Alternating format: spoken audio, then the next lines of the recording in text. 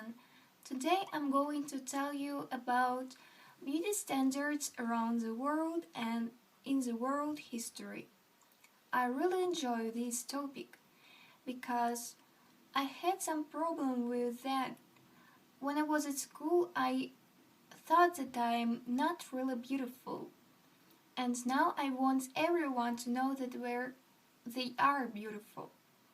Beauty is different because everyone is different, and it's also proved by history, by information, uh, which I am going to tell you now.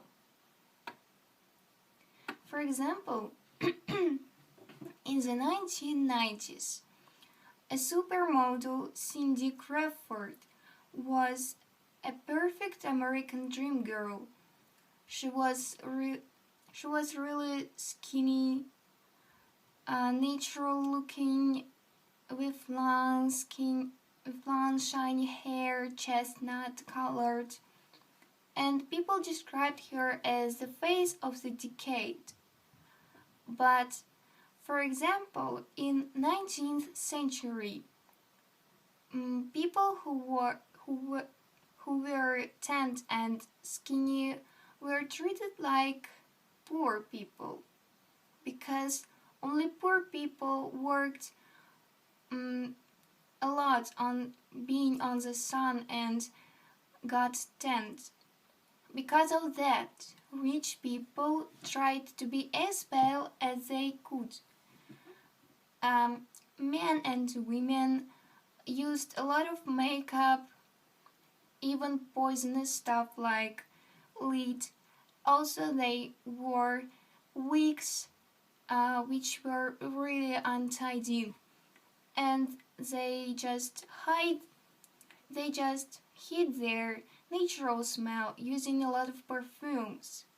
And they were not skinny because it was also about poor people, and it wasn't modish. And ideas of beauty is also different around the world. For the Paidyong tribe in Southeast Asia, traditionally the most important sign of female beauty is neck. So, a long neck is beautiful. That's why every girl at the age of 5 or 6 receives her first ring for her neck. And then she puts a lot of rings on her neck, and it makes her neck very long, about 25 centimeters. And when she gets married, it's about 25 centimeters.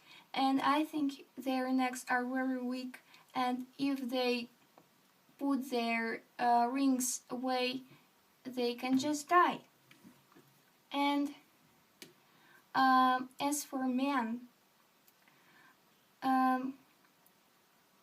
in some communities, men shouldn't be really slim. For example,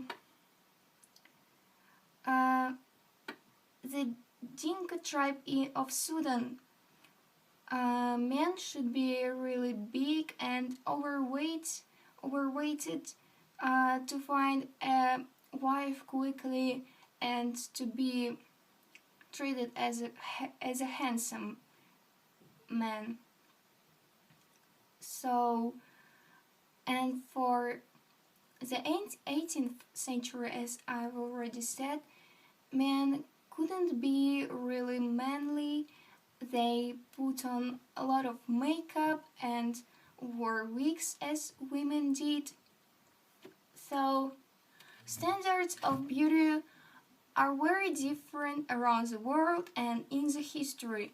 And I think standards of beauty is quite silly, and for nowadays people just don't need it, because we just should understand that beauty is different and people are beautiful doesn't matter how do we look, what figure we have, what figures we have, um, what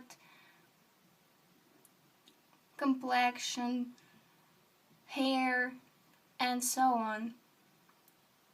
Thank you for your attention.